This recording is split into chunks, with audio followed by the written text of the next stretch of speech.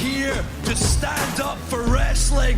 I am here to give the fans a voice. If you're not watching the promotion right now, you're missing out on something I think that could possibly shape the future of wrestling, and I mean this wholeheartedly, for the next 5 to 10 years. Nobody can touch me. Nobody is better than Adam Cole. This company is still existing, yet they have to do this at the 11th hour to make sure that they run these tapings. I thought TNA was going to be different, and I guess not. This is truly the Kevin Owens Show. Pentagon Jr. is the wind beneath my wing. The only thing that we get at 10 for sure, maybe at 11, is Ken Shamrock showing up. What the heck? Triple H! Triple H! With a pedigree to Roman! You gotta be kidding me! What the hell is he doing here? A pedigree to Rollins! What is... Are you kidding me? Are you kidding me? Kevin Owens, the cover! Kevin Owens is the Universal Champion! Kevin Owens is champion!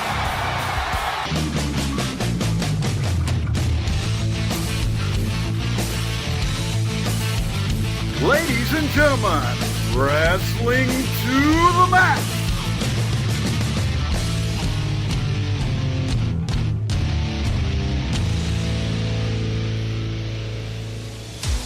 And your hosts, Gary Vaughn, Sean Garmer, and Paul Leeser.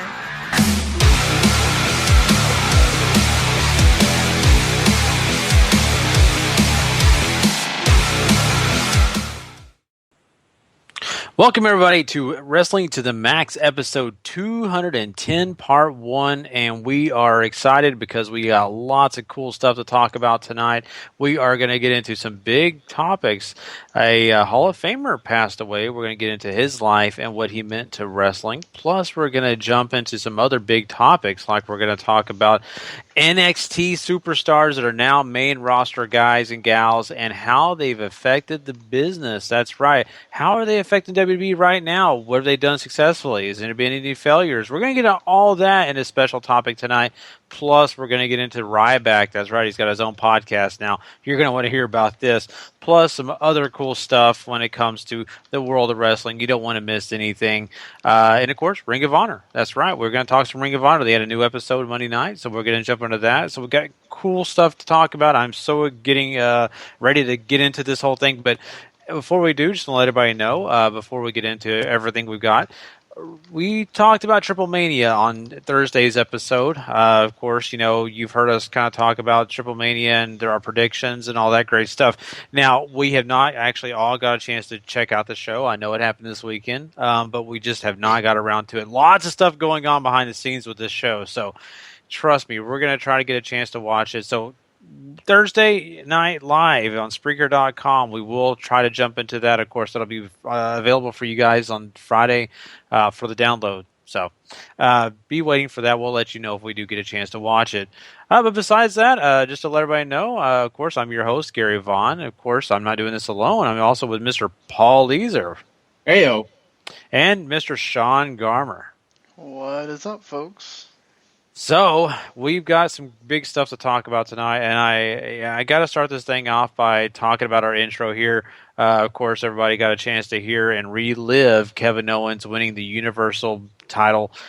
This was an exciting moment if you're a Kevin Owens fan. Of course, you know, this isn't the first time you've ever seen this guy have a title, and especially you've seen him being a big champion. Of course, with the NXT Championship, he kind of headlined the show for a little bit.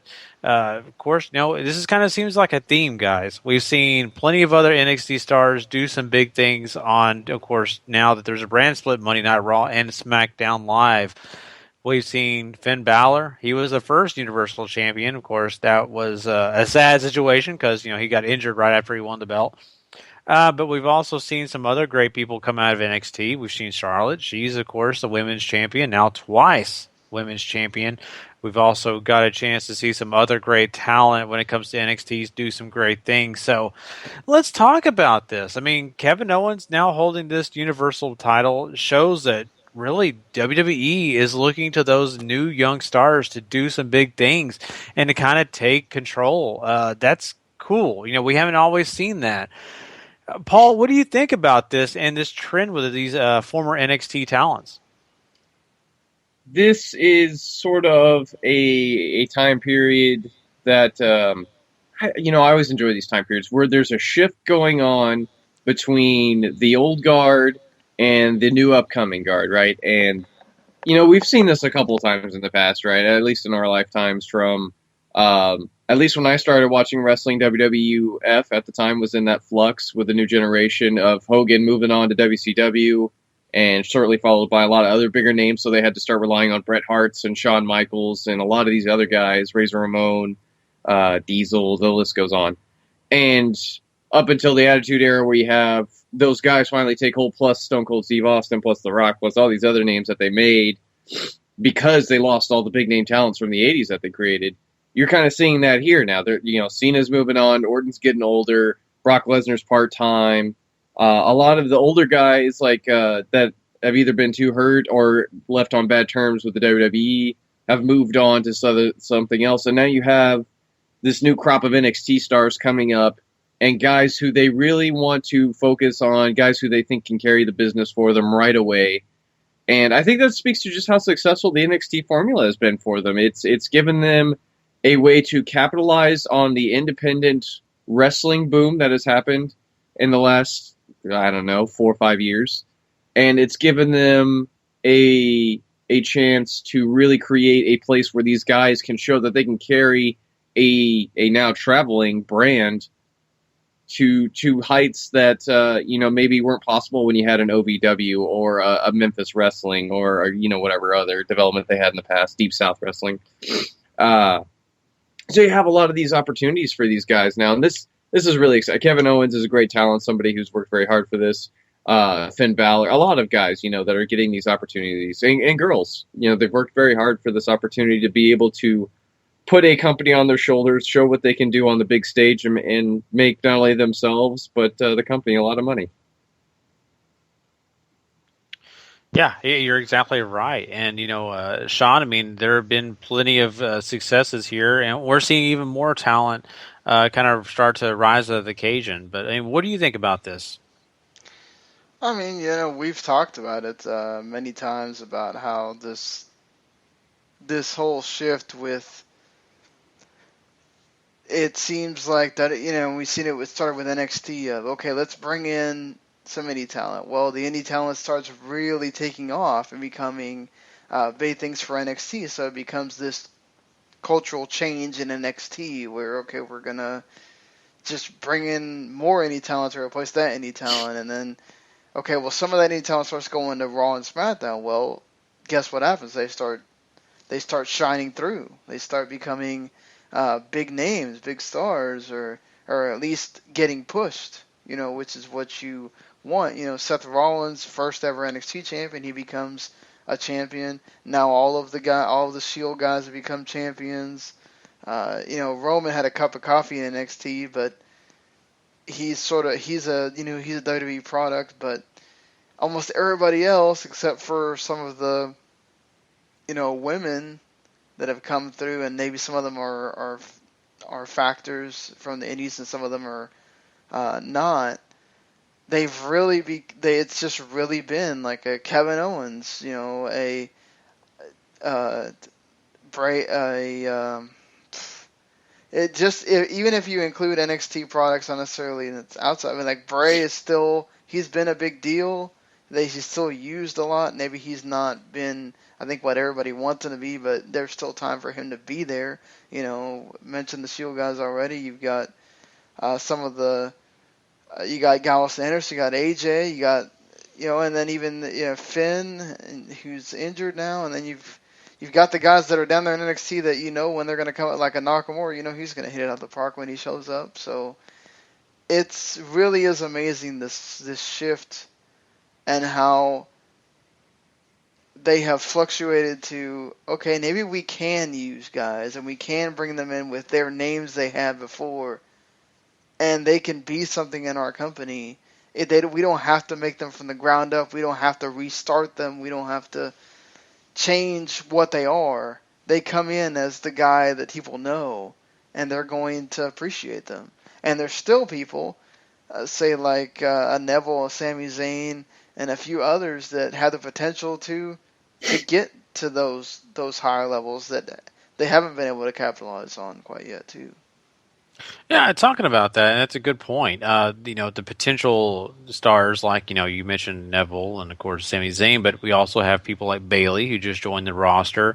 You even have Dana Brooke, who's not looking good right now, but you never know. Down the line, there's always that chance that she could be a bigger star. Maybe she picks up some more momentum and actually does some things that are special. We've got, of course, Jordan and Gable, American Alpha, who seem to be shining over on SmackDown Live and eventually destined to be, tag title holders. So there's some big names coming out of NXT that are making their way through both these rosters. And I'm looking forward to seeing who comes out of this. But, I mean, thinking about that, Paul, give me, if you want to use two or however many you want to use, give me some a name or two that you really feel like has a big potential and who we're going to see reach levels like we've seen Finn Balor, Seth Rollins, people like that reach.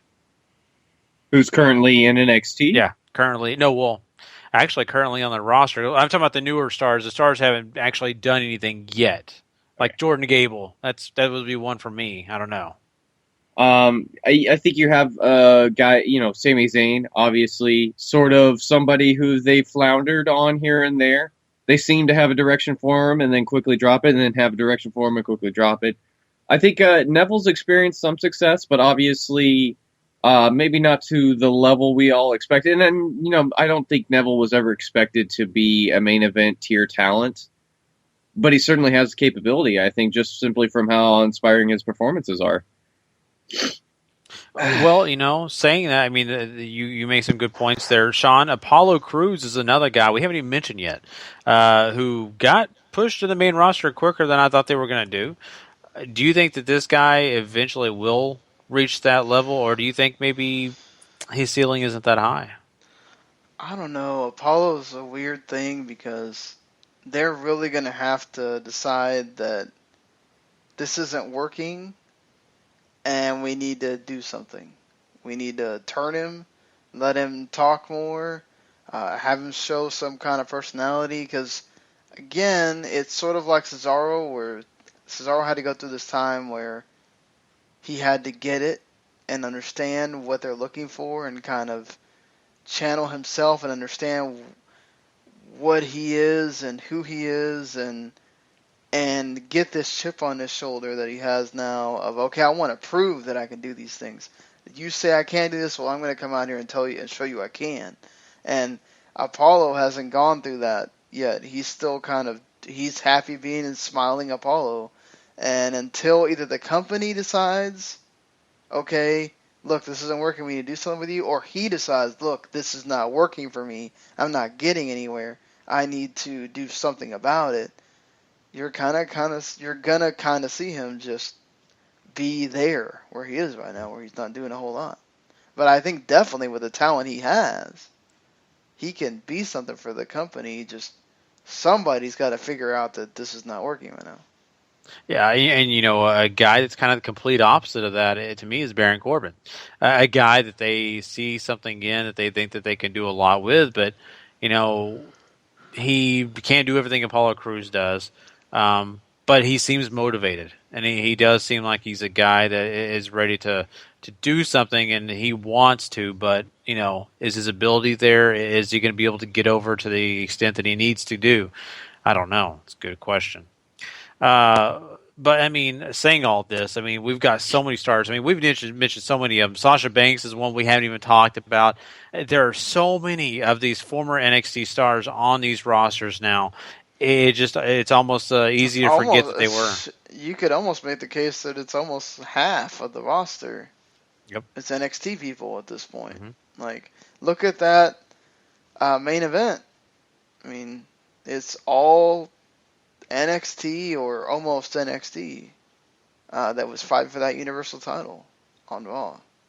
I mean, go down the list of what you saw on that Monday or what you see normally on a Tuesday and count with your hand how many of those are NXT people or in the case of, a couple like AJ and Gallows Anderson, just from the outside straight in there.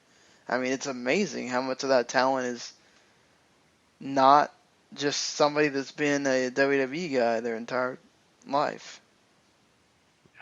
Yeah, you're totally right on that. And, as time goes on, that ratio is going to definitely rise because, we're just seeing more and more great talent come out of NXT. So saying that, I'm going to kind of go back to, Paul was going to answer this question. I want both of you guys to answer this question.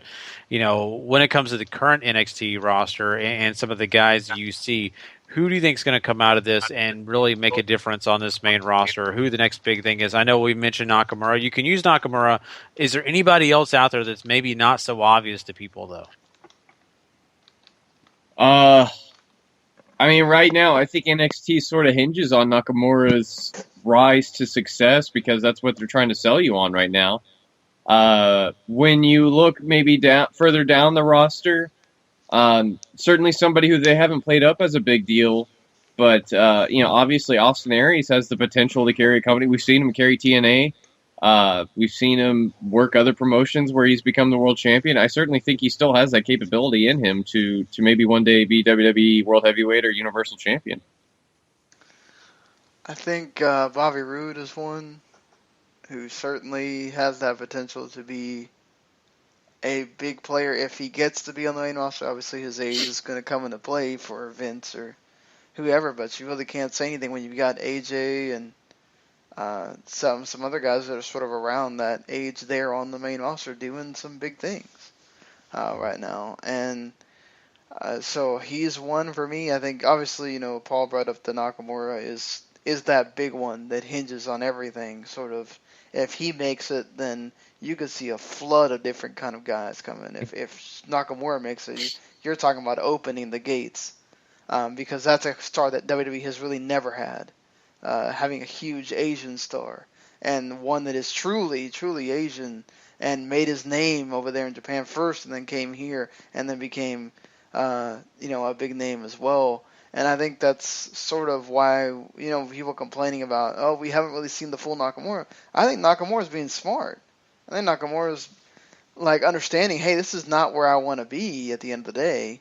I want to be in the big place with the bright lights, and I'm saving myself because I don't want to get hurt during my 3-year run here, and I want to be on the main roster and do some big things there. So, the reason why we might be getting half-speed Nakamura is partially because of that, because he sees people getting hurt, and he doesn't want to spend 6 months out and only been in NXT, But, he is a champion there. Samoa Joe, I think, could be huge if they put him on that main roster.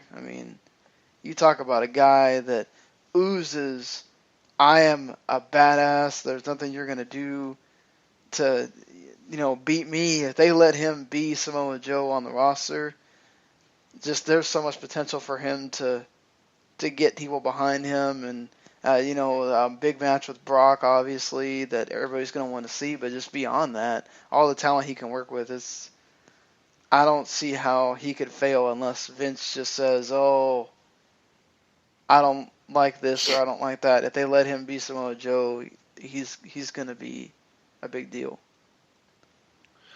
Yeah, and following the Samoa Joe, but really, honestly, Nakamura, Asuka is another one. Now, of course, it's a little early, but down the line, that's another name that hitting the main roster is going to be a huge deal, especially if Nakamura goes first and is successful and gets the crowd behind him.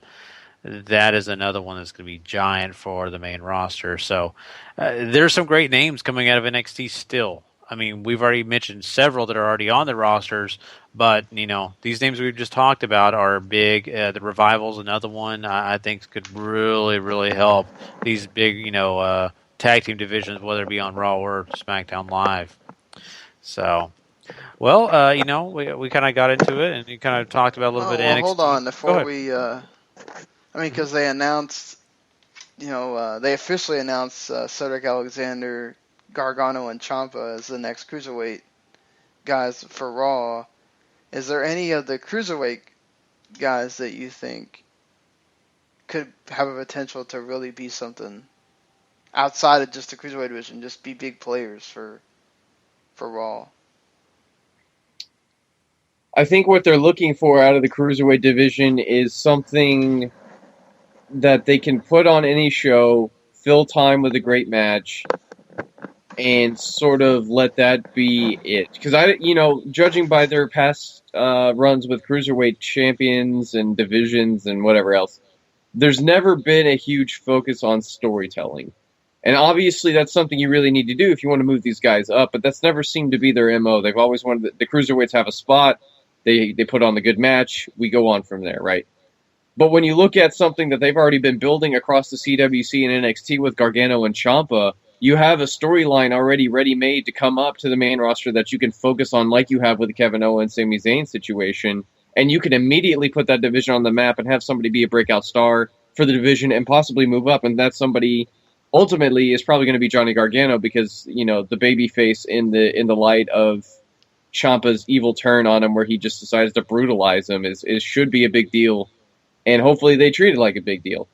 But with the Cruiserweights, it's really hard to tell because we don't know what kind of spot they're going to give them. We don't know how much build they're going to give these guys to tell stories and build characters and really feel like they have a chance to move up to the heavyweight division and feel like they can hang.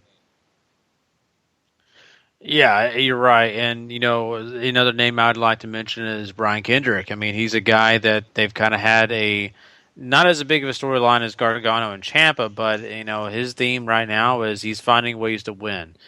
And whether it be underhanded or whether it just be by, luck, he's finding ways to be successful. And, even if he doesn't win this whole CWC tournament, I think at the end of the day, he's a guy that people will be targeting. And that's a good thing, and it's a reason for people to get behind the Cruiserweight Classic to, if nothing else, have a guy that they all want to see lose. So that's really cool, and that's exciting.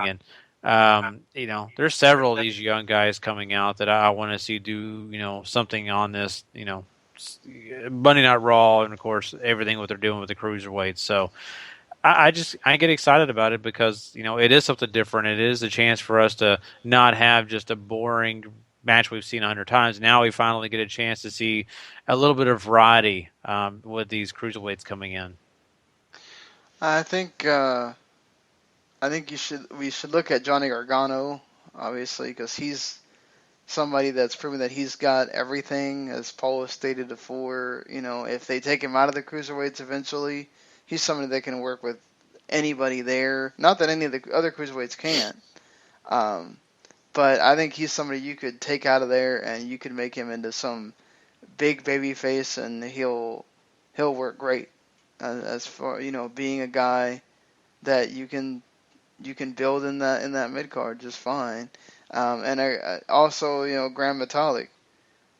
They've since Mysterio's been gone, they've been trying to find that Mexican star, and I think he can be that Mexican star if they really get behind him and sell the mass and do it, and they accentuate what makes him great, which is the wrestling. And again, he's going to have the problem with the language or whatever, but perhaps he picks it up better than what Andrade Cien Almas is going through right now.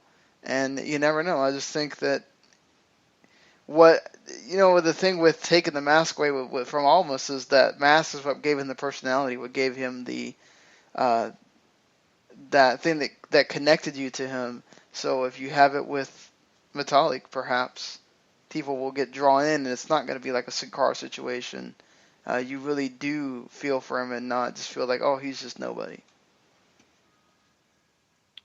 Yeah, exactly. I totally agree. And, there's so many great names that are a part of this, and I just get excited about it. I really, really do. So we could go on and gush about, these different guys, and we'll have to see. I mean, I'm really looking forward to it. I think a lot of other people are excited about the possibility of having some excellent matches on Raw.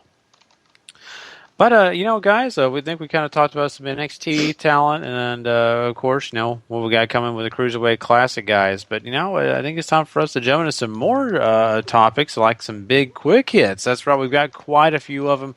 So we are going to jump into that. And don't forget, we're also talking Ring of Honor. Don't want to miss that as well. So we'll be right back, though, with quick hits, guys.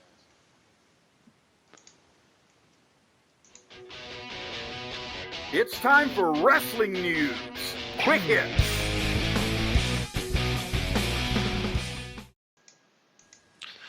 All right. I always start these things off with the saddest news, just so we can get it out of the way, honestly. So let's go ahead and do it. Mr. Fuji has passed away. This is a bummer. He was definitely a great manager, a Hall of Famer of the WWE, and just a great guy overall. Even did some acting. This guy was a special guy, and a lot of people have some fond memories of him. So, saying all that, our condolences, of course, to his family. But, Paul, what do you remember most about Mr. Fuji? 5-year-old me would recognize him as Yokozuna's manager for a very long time. Older me would recognize a very great tag team wrestler who was supremely over back in the 60s and 70s and into a bit of the 80s as one of the guys to sort of bring the evil foreigner gimmick to the forefront along with the Iron Sheik and all that stuff. So this is kind of a big blow for me. I love Mr. Fuji. I always thought he added a lot to people he was with, not only in his management of like Demolition, Yokozuna, of course, and more teams than I can probably remember, or wrestlers that I can remember, but such a great act that added so much to packages, or just a great tag team wrestler, and somebody that's going to be dearly missed. Yeah, I only really remember him as the manager, so I'll just be honest there. Right, with Paul, the Yokozuna manager with the big title change and everything, and then of course Hogan beating him and the salt in the eyes and all that stuff. But going back and having been able to sort of watch some of the things that he's done, Paul sort of said everything with his wrestling career, but he was a great talent. He gets highlighted a lot as a manager, and a lot of people sometimes, when you talk about great managers, they don't always mention him, but he should be mentioned as one of the great managers ever. He had quite a few stable of guys that, Demolition, of course, being probably one of his, if not the biggest, some of the biggest that he's had. Then, he had to go on and do the Orient Express and getting to manage Owen when he was tag champions with Yokozuna, too. So, it sucks. 2016 has been terrible for wrestling deaths, honestly. Yeah, it sure has. And, this is a big bummer because, once again, this guy was very classy. He was a guy that entertained us all. It just going back, and from what I remember of him, I always just loved him because of the fact that he made you laugh. Even, when he's doing some dastardly things and, doing things that, make the bad guy win, you still, kind of get a kick out of his, antics and, of course, with the promos and things like that. So it's definitely a big loss to the world of wrestling. His Hall of Fame speech, they kind of briefly highlighted on Monday Night Raw during their video package, that whole vignette. And it was just something special, and he was something special. So, once again, it's definitely a sad loss, but our condolences go out to his family, and he'll never be forgotten for sure. I know that for a fact. Let's jump into some other news that happened this week, and let's start with one with a big guy involved. That's right. We're going to talk about RyBack, and he actually has his own podcast out now called Conversations with the Big Guy.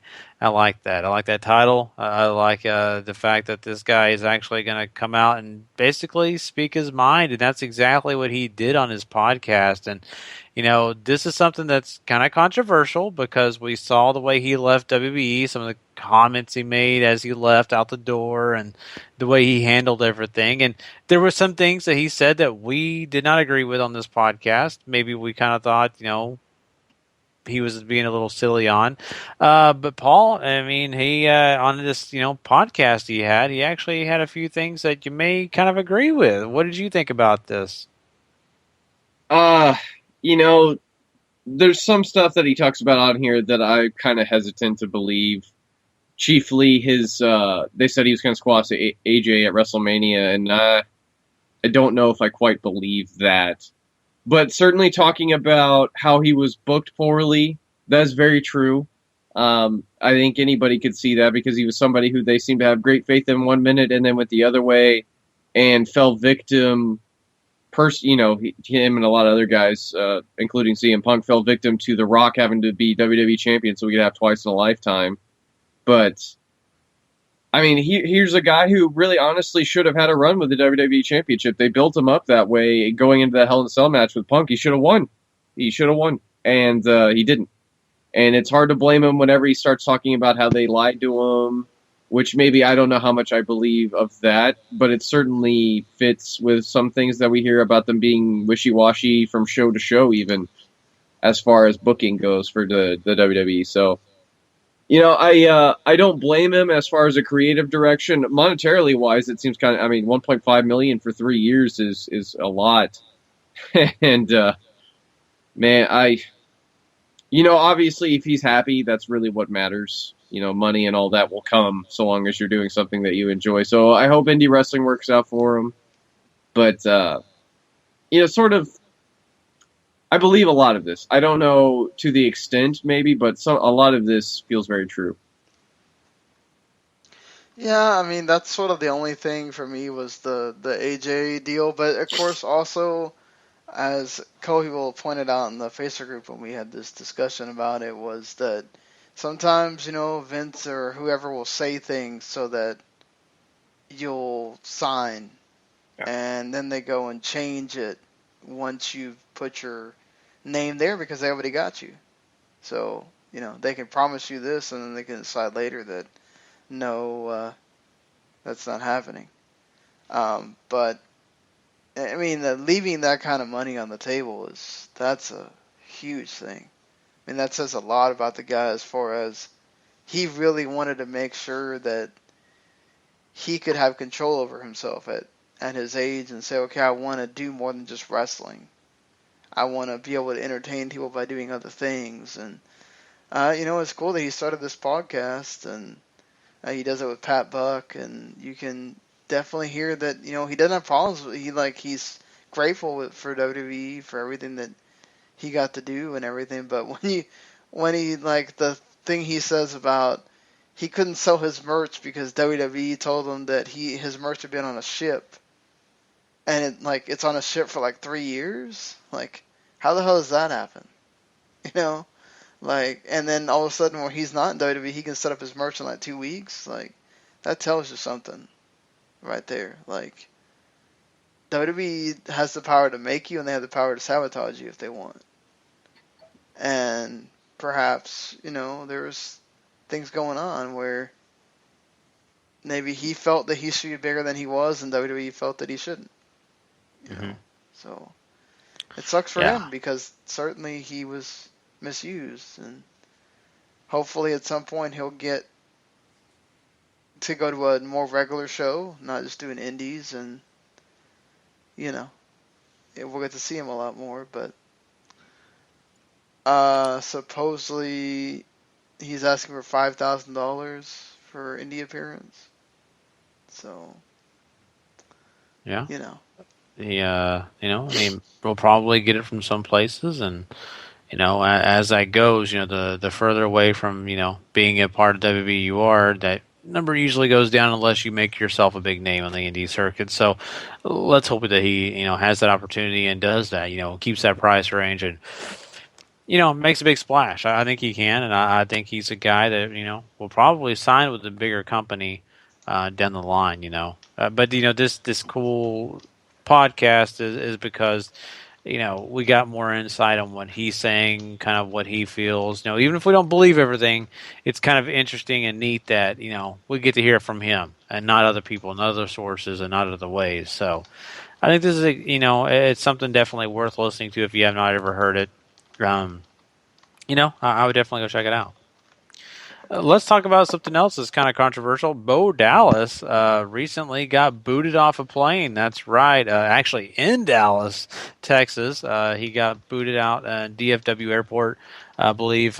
He actually, was intoxicated. That was the biggest reason for his being, asked to leave and escorted off a plane. It really just revolves around they had a 5-hour delay. Him and several of the other superstars. We know the Usos, of course. Charlotte was another person named in this that kind of got delayed for 5 hours, and so they hit up a restaurant at the airport and had a few drinks. And the next thing you know, Bo Dallas is singing Lion King, and the next thing you know, he's getting booted off a plane. In fact, he even does a few things like telling the pilot to F off as he got escorted off. And, we also know that he called Seth Rollins a dick. So I don't know where that came from, but that's what the word is out there. So what do you guys think about this? I mean, Bo Dallas doesn't seem to be making himself a popular person right now. And not only that, we heard that he probably was not around for those live events this week. Yeah, I mean, not the first time he's been in trouble with alcohol before. Probably won't be the last, but we're starting to develop a pattern, and that's not good. Mm-hmm. I mean, it has been 4 years in between offenses, so that's good at least. But it's always sad to hear something about this, and just, getting the DUI, getting the public intoxication, not good for a corporate company that wants nothing to do with stuff like that. So I fear for Bo Dallas right now. Yeah, I feel bad for him too, and it doesn't help, calling somebody out that's one of your actually someone that works with you, one of your coworkers, and especially someone with a name like Seth Rollins. So we'll see how that happens, when he gets in the locker room and see how everything works out. I feel bad for the guy, but you can't make those kind of decisions when you are in the limelight, when people are going to pay more attention to you when you're out in public, So saying all that, let's talk about someone else that's been kind of in the limelight when it comes to WWE. That is Bill Goldberg. Of course, he's one of the big part of the WWE 2K17 game. Of course, he's a big feature on there. Of course, at SummerSlam, we, had his appearances, signing autographs, things like that.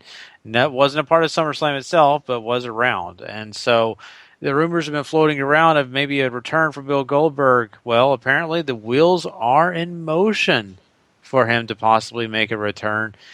That is very interesting. He's been noted as saying that, he can't dwell on the past and his relationship with Vince McMahon or the company. He's got to move forward and, deal with them now and not depend on what happened back then. Saying that, Sean, do you see anything coming out of this?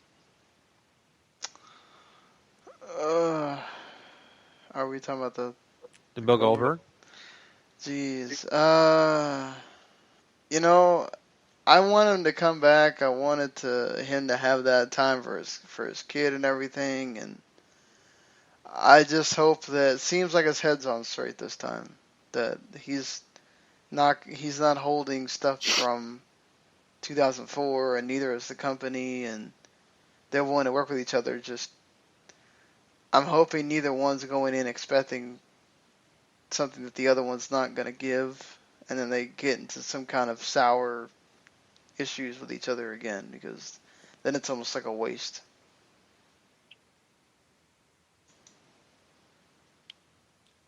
Yeah, really, I think what this needs to be is Goldberg trying to mend the bridge before he gets too old to do this, and I think that's solely where this is coming from. If he still wants to do it for his kid, great. But I mean, obviously, I don't know if he's ever going to make as much money. He has a lot of deals, obviously. I think he still does this TV show on Speed, and whatever else he's got going on in his life. But there's a big payday involved in this too, so let's not sell that short. Definitely, and of course, wasn't a big, huge Bill Goldberg fan, and it'll be fun to see him. Don't get me wrong, and I think that he could offer something, but at the end of the day, how much can he offer, and what's his motivation? What's he going to put into it? That's what concerns me. I hope if he does sign a contract for whatever short term it is, he puts the effort into it and makes it special for those guys like me who were fans and who appreciated what he did. So. Talking about something exciting and another return, the Headbangers are going to do a one-off, possibly on SmackDown Live. This is kind of interesting because we haven't seen these guys in quite a while, especially on WWE TV, Paul. I'm not expecting a lot of fan roaring whenever these guys come back, but the Headbangers were a really fun act and one that I enjoyed back in my youth. So I'm looking forward to seeing these guys again. Yeah, I mean, this is cool. It's been a long time since they've been on, and going to be kind of interested to see them. Me too. It's going to just be a go, kind of like a time machine back to the old days and see these guys. It's going to be kind of funny. So saying that, let's talk about something else that's really kind of fun and interesting, and it's something I think a lot of people are going to be excited about. Adam Cole is going to be defending his Ring of Honor World Heavyweight Championship against Will Ospreay. That's right. It's going to happen at New Japan's Destruction. Wow, that's going to be cool. I cannot wait to see this. So, I mean, is this something do you think is going to be really special? Yeah, I mean, this should be a great match. It's a big money match that I'm surprised that Ring of Honor didn't save for their tour of England. So, this should still be really cool, though. Perhaps, New Japan kind of just wanted to do this match. This is awesome, obviously. Getting to see this and getting to see it so quick after Adam Cole won the title, too. So, not gonna complain about this at all. This is an awesome thing to add to a Destruction show. Well, talking about things to complain about, Sean, Ring of Honor maybe introducing some titles that maybe people may complain about, or something they may be excited about this coming Tuesday. How do you land? What do you think those titles are going to be? What Paul was talking about before we started the show seems like Women of Honor makes sense. If they're adding more than one, then that becomes, what are they doing? Kevin Kelly does say championships in the Ring of Honor update that this was announced in. According to PW Insider, they're saying it's not a Women of Honor championship. I think that the obvious one is a Women of Honor championship. They've put a lot of steam behind making this division matter. They gave it its own show back in last month. That's you can buy off their website for $10 on demand. So, and it's a really good show. I'd highly recommend it. I don't know what else they could do though if they're doing more than just a Women of Honor championship, but it'd be interesting to see. I mean, there are definitely ideas out there. Like, for example, Progress is in the process of crowning an Atlas championship, which is a specifically heavyweight gear championship towards guys over a certain weight limit, which is kind of cool. So, yeah, I'm trying to rack my brain. That would be the only thing that makes sense. Like, you either have you already have a TV title, so it's like, it's got to be some kind of a 6-man or some other kind of lower rung title, whatever, especially if you're not giving the women at least one. So, that's weird. Yeah, very weird. I don't know. I mean, I'm really curious. I really, really am. And I think the Women of Honor title that Paul mentioned, it's going to be something that would be really cool to see. But it just really depends on what their mindset is. I don't know. I don't know at all.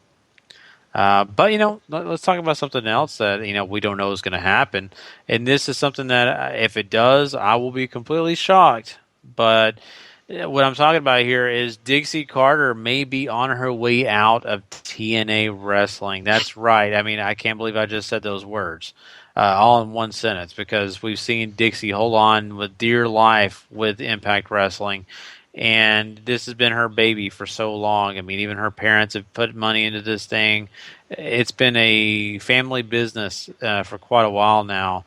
And with her not being a part of it, that leaves Billy Corgan and, of course, the investors as the people in charge of this thing. Now, this is not fact. This is not something we know is going to happen. This is just speculation that there could be some signs that Dixie Carter is on her way out. Like, she didn't show up at the recent live events that they had. That says a lot right there, just because, once again, she's been handcuffed to this organization for so long now. What do you think, Paul? What do we really believe is going on here? She might be on the way out of Power. I don't think she's going to be out of TNA. She's ingratiated herself into that promotion very deeply, and basically what it boils down to is, I think, who's pulling the trigger on stuff that goes live on television, how talents work, how all this other stuff is, which I think is something that Billy Corgan is fully in charge of. Ownership stakes are different. Billy Corgan does have one of those. Dixie, I think, still has the majority. And whether that's being worked out right now or not about how that's moving around, who knows?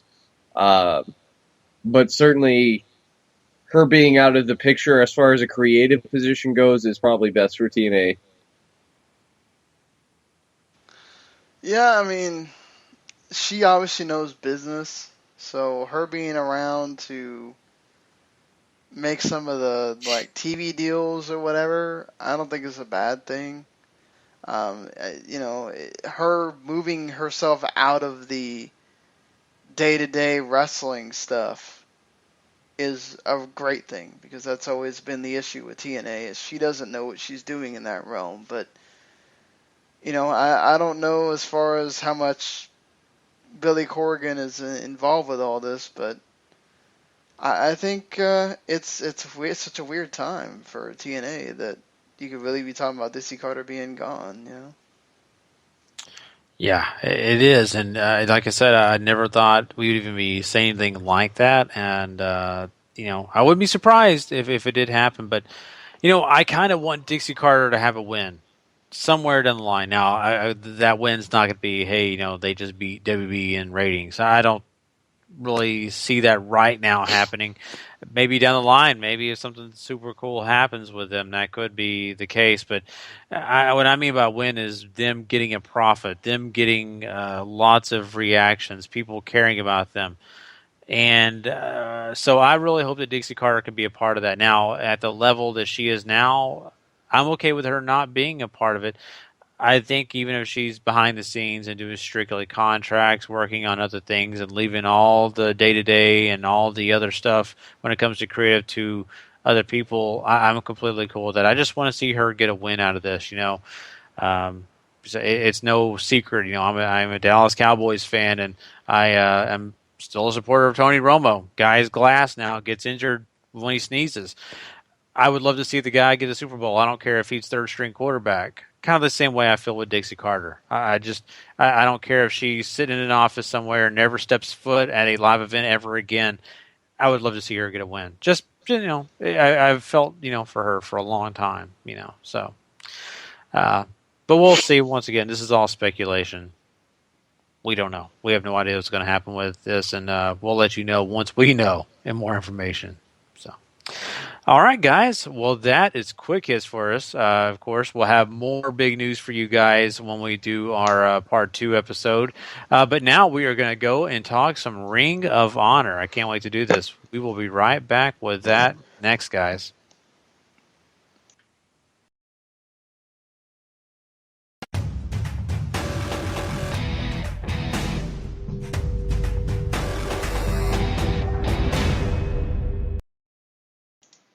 All right.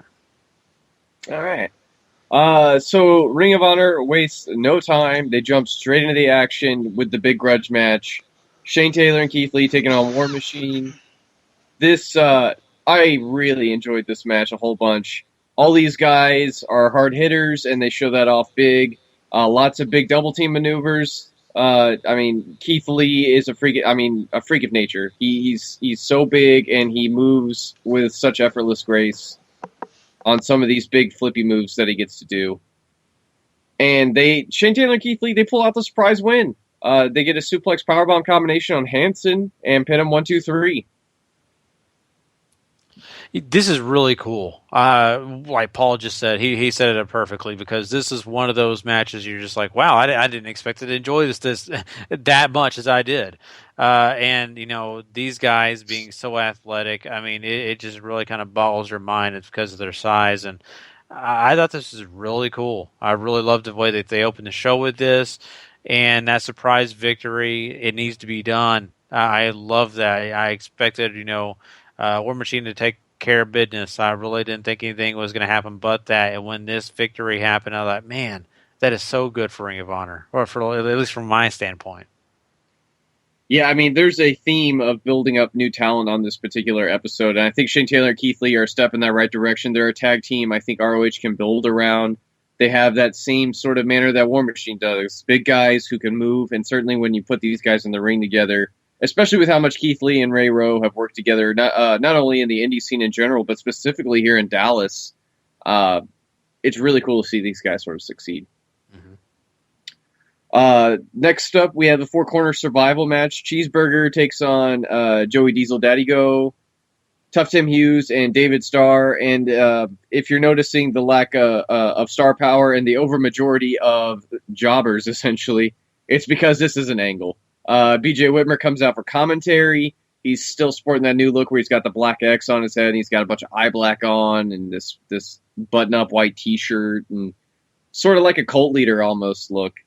And he comes out, and as the match progresses, and each of the guys sort of gets their spots here and there, he says, well, it's time. And this video plays where you get some of the stuff that we got in the last week, Legacy of Hatred thing. And suddenly this guy appears next to him. And it turns out it's Punisher Martinez from the Top Prospect Tournament, who they commentary sort of hypes up as sort of all this hatred has brought forth the physical manifestation of this demon in Punisher Martinez. And he gets to run roughshod over everybody in the ring. What'd you think about this, Gary? I love Punisher Martinez. Not that he's the best ever, but I just love the gimmick. I love what he can do. And when I saw this as a surprise, I was thrilled. I thought it was something that needed to be, special if they're going to do something like this, and they did it. To me, they kind of hit it out of the park with this one because, I do have history with knowing this guy, and so it was more exciting for me. But, if you're a casual fan, casual viewer, you got a little bit of what this guy can do, and it was just a fun, even though he cleaned house very easily, it was just fun to see. So I'm honestly more curious now than I was last week with the storyline. Beforehand, I was just kind of like, it wasn't doing a whole lot for me. Now I kind of care more. Yeah, I still don't know where exactly we're going with this. I do, however, applaud Ring of Honor for bringing in a fresher talent who can get a lot of good rub out of this thing if the storyline continues to do well. Sort of, instead of making it feel like BJ Whitmer and Steve Corino are just sort of battling for the sake of it, now you have some stakes involved as far as future talent for your company. So hats off to Ring of Honor there for sure. Young Bucks get a promo next where they get to hype up the World Tag Team title match that'll be in the main event as they challenge The Addiction. And then we move right along into a six-man tag of The Cabinet, Caprice Coleman, Kenny King, Rhett Titus taking on Dalton Castle and the Boys. And this is really fun. Dalton Castle and the Boys are supremely over here in Philly. The Cabinet are sort of just tolerated, but they get some heat here and there. And despite the best efforts of the Boys and Dalton Castle, they end up falling prey to the Cabinet with this really cool sort of triple team move that they do. Kenny does a superplex on one of the Boys, and then Rhett and Caprice finish him off with a leg drop big splash combo that I certainly believed. So. Yeah, the Young Bucks always, they're always fun to watch. So don't have to say a lot about that. They did a good job hyping up the tag titles. Then just this match alone, to get into that, I really felt like we were going to see some good stuff, which we did. But at the end of the day, I just knew the cabinet was going to be the victors here because the boys aren't exactly top-notch quality talent right now at this moment. They're okay. So at the end of the day, though, at least we got a little bit into this heat, a little bit this feud, and it was something cool. I mean, it was just fun. Nothing over spectacular, but still, it kind of got into that storyline because, of course, we saw the smack talk going on between the cabinet and Dalton Castle. Mm-hmm. Yeah, and I mean, it's pretty much a way to showcase the cabinet, essentially, is what this was. Next segment, Adam Cole gets some promo time where he walks in with the ROH World title and pretty much talks about how it's supposed to be like how Death Before Dishonor was supposed to be the biggest night of his career. Now he's a 2-time world champion for Ring of Honor, which is he's only the second person to ever do behind Austin Aries. And he sort of talks about how Kyle O'Reilly attacked him at the end of Death Before Dishonor and says even though his moment in the sun was sort of ruined, he can now easily live up to the promise of making sure Kyle never wins the world title personally because he is the world champion. So, I mean, nothing, earth-shattering, but certainly a right step in the direction for that feud. And then we get the main event World Tag Team title match as the Addiction defend against the Young Bucks. They just got out on commentary. I should mention that Matt Taven was out there for commentary for this episode. And her and Taven sort of play buddy-buddy, so it has me thinking that Veda might be in a spot whenever that new kingdom that Taven keeps waxing on about comes to pass. This is sort of your typical Young Bucks match, though. Lots of spots. Kazarian brings out a ladder. At some point, we get some tables involved and a chair, which has me thinking that this entire World Tag situation is going to end in a ladder war at some point. And we come down to the finish. Kamitachi comes out for the distraction, but the Motor City Machine Guns come out and attack him. And then you have Saban coming to the ring after Kazarian pulls out the aforementioned chair and misses Kazarian with it, ends up hitting Matt Jackson in the face, and Daniel steals the pin to sort of send us home because we don't stick around much for most post-match stuff. But the World Tag Team title situation continues to evolve around these three teams, and that's something. Yeah, it is. And, once again, Adam Cole, baby, he's fun to watch. Yeah, that's right. He's a lot of fun to watch, and I love the continuity. Keeping Kyle O'Reilly's name around there. They could have been very easily kind of put aside. His name is there, so that's still an important feud. I like that. And of course, we get to this whole tag title situation, and you figured the Addiction was going to find a way. You just did. And of course, once again, they do. So it was a fun little match. I enjoyed it, but like Paul said, nothing out of the ordinary here. Kind of the same stuff you've seen before, but still very entertaining. And really, honestly, not a bad way to end the show. I'm always entertained by the Addiction because they find every way possible to get a victory. So that was kind of cool to see how they did it this time.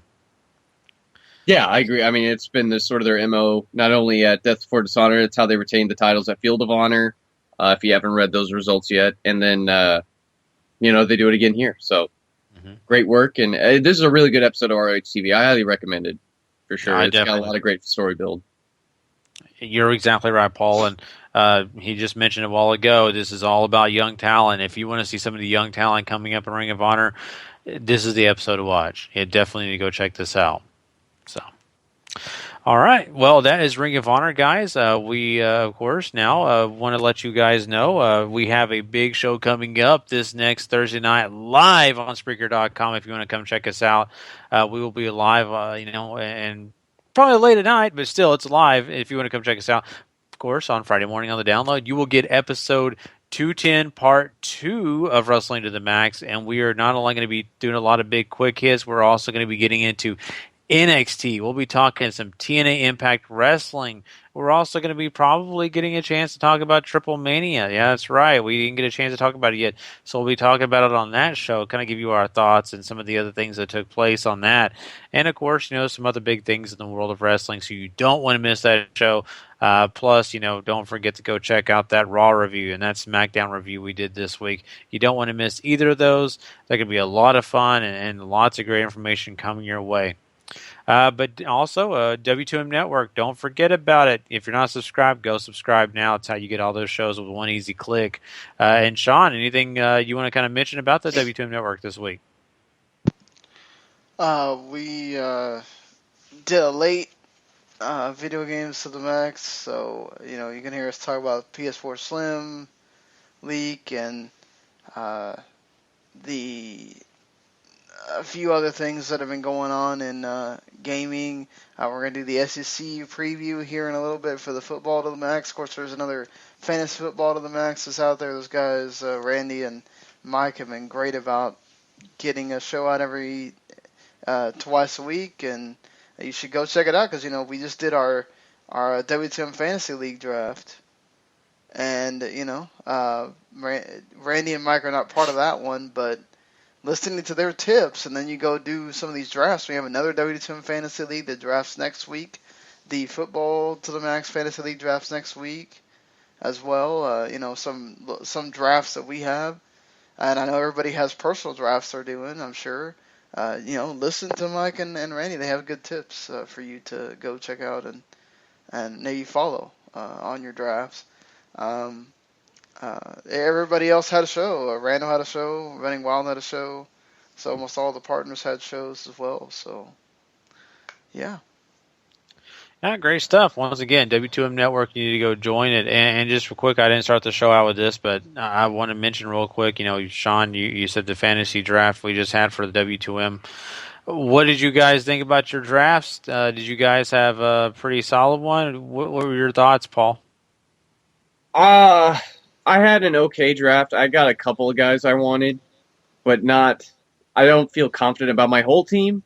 I do, however, feel like I have enough pieces there to at least make it interesting going down the stretch. So I took a lot of risks, too, on especially quarterbacks, because I drafted quarterbacks a lot later than I usually do. And I ended up with Blake Bortles and Alex Smith, who, Smith I think is a good pick, at least going down the line. Blake is the one I'm a little iffy on. Yeah, for me, I also took a risk. Like, I usually stay away from Eli Manning at all costs, but this time I took him just because I feel like the Giants could have a big year as far as it goes for, offense-wise. So, I took him. I took Sterling Shepard to kind of have the dual thing if that ever pans out. I went big on running backs, which I normally don't do. I'm more of a go for the receiver kind of person, so I'm hoping that, like Peterson has another really good year and Murray has the bounce back year that we're thinking he's supposed to have. So, could happen. Yeah. The interesting, like the whole first round was pretty much a running back wholesale. Yeah. Because they went super fast in the first opening rounds. Like, well, it looks like I'm going to be looking at receivers. Yeah, and of course I had the number one pick. I don't know how that happened. I know Sean didn't make me the number one pick. It was a random draft order. Yeah, I in fact I would have been pissed if Sean would have told me, "Hey, I'm putting you number one." So I wasn't happy, but I did it, and I started that run on running backs. I got Zeke Elliott. I know Todd Gurley was there. Should have probably got him, but I'm going to buy the hype train with the quarterback situation not great in Dallas right now. I'm thinking they're going to depend on the run. That's why I went Zeke Elliott. And of course, quarterback situation, as you guys just mentioned, I went late too, Paul. I got Kirk Cousins as my quarterback, but we'll see. Hopefully that receiving core is going to be amazing. That's what I'm depending on. So. Yeah. But yeah, we'll talk more about our fantasy draft. Of course, we'll probably talk about that during the year as well. If you guys are playing with us, man, it's going to be a fun year. Of course, if you guys listening are not part of that draft, you'll be a part of the other draft coming up, and it's going to be really fun doing that one too. You got to love my fantasy name in that league. I picked Renee's Lunatics as my team name. So we will see how that works out. Oh, what? Man. Yeah, you love it. It's funny, yeah. It's funny. All right. Well, anyway, we're going to get out of here, guys. Hope you guys have a great week. We will see you guys on the Friday morning on the download. Until then, for myself, for Sean, for Paul, if you're not living life to the max, Not living life at all. You know it. Peace. Peace.